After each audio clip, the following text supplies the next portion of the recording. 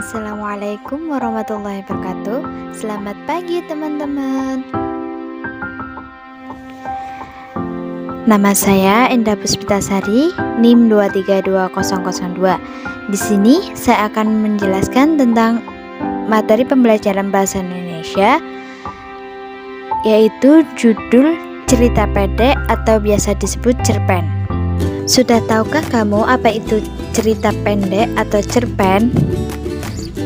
Cerita pendek atau cerpen yaitu cerita yang memiliki bentuk paling ringkas karena hanya terdiri dari satu pokok cerita. Tidak seperti novel yang mengisahkan rangkaian cerita kehidupan tokoh, misalnya cerita dari masa kanak-kanak hingga masa remaja. Dalam membuat cerpen itu pasti ada struktur. Strukturnya yaitu yang pertama, abstrak. Apa itu abstrak?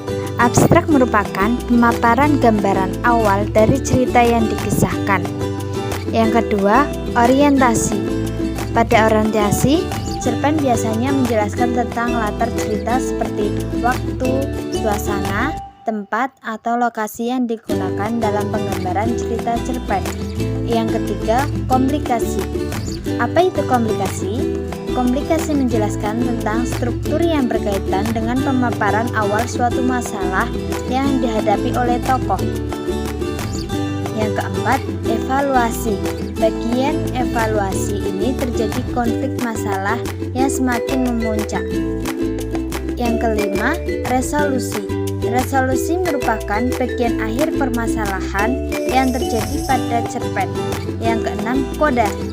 Apa itu koda? Koda merupakan nilai atau pesan moral yang terdapat pada sebuah cerpen yang disampaikan oleh penulis kepada pembaca. Fungsi cerpen. Pada umumnya cerpen memiliki cerita yang sangat singkat dan jelas. Namun, cerpen juga memiliki fungsi. Yang pertama, fungsi rekreatif, yaitu sebagai sarana penghibur bagi para pembaca. Yang kedua, fungsi estetis sebagai nilai estetika atau keindahan yang ada pada cerpen sehingga memberikan kepuasan kepada pembaca. Yang ketiga, fungsi didaktif, yaitu sebagai pemberi pelajaran atau pendidikan yang akan bermanfaat bagi para pembaca.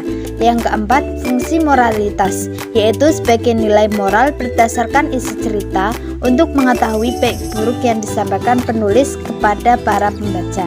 Yang kelima, fungsi religiositas, yaitu sebagai pemberi pembelajaran yang religius yang nantinya bisa dijadikan sebagai contoh baik oleh pembaca.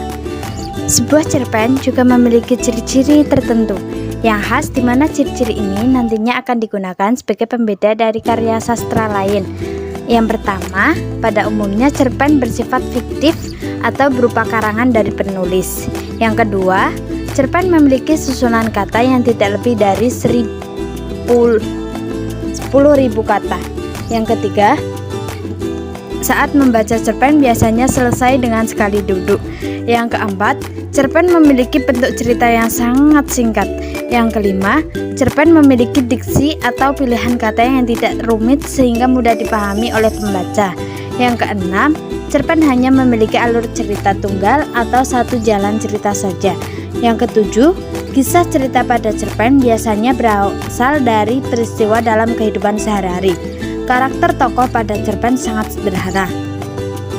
Yang kesembilan, di akhir bagian biasanya terdapat pesan moral yang sangat mendalam sehingga membuat pembaca ikut merasakan kisah pada cerita tersebut. Cerpen itu tidak selamanya semua cerita yang berukuran pendek dikategorikan dalam cerita pendek semuanya. Ada beberapa jenis dari cerita pendek yang biasanya dibuat oleh penulis. Yang pertama, cerpen pendek. Yang kedua, cerpen sedang. Yang ketiga, cerpen panjang. Unsur intrinsik cerpen. Sebuah cerpen juga memiliki suatu unsur pembentuk yang harus ada di dalam cerpen itu sendiri. Unsur ini dinamakan unsur intrinsik. Yang pertama, tema. Yang kedua, alur. Yang ketiga, setting. Yang keempat, tokoh. Yang kelima, watak. yang keenam sudut pandang, yang ketujuh amanat. Dan sedangkan pada sebuah cerpen seringkali terdapat penambahan peristiwa yang terjadi di sebuah lingkungan. Hal tersebut dinamakan unsur ekstrinsik. Yang pertama, terdapat latar belakang dari pengarang. Yang kedua, terdapat latar belakang dari masyarakat. Demikian pembelajaran bahasa Indonesia pada pagi hari ini. Wassalamualaikum warahmatullahi wabarakatuh.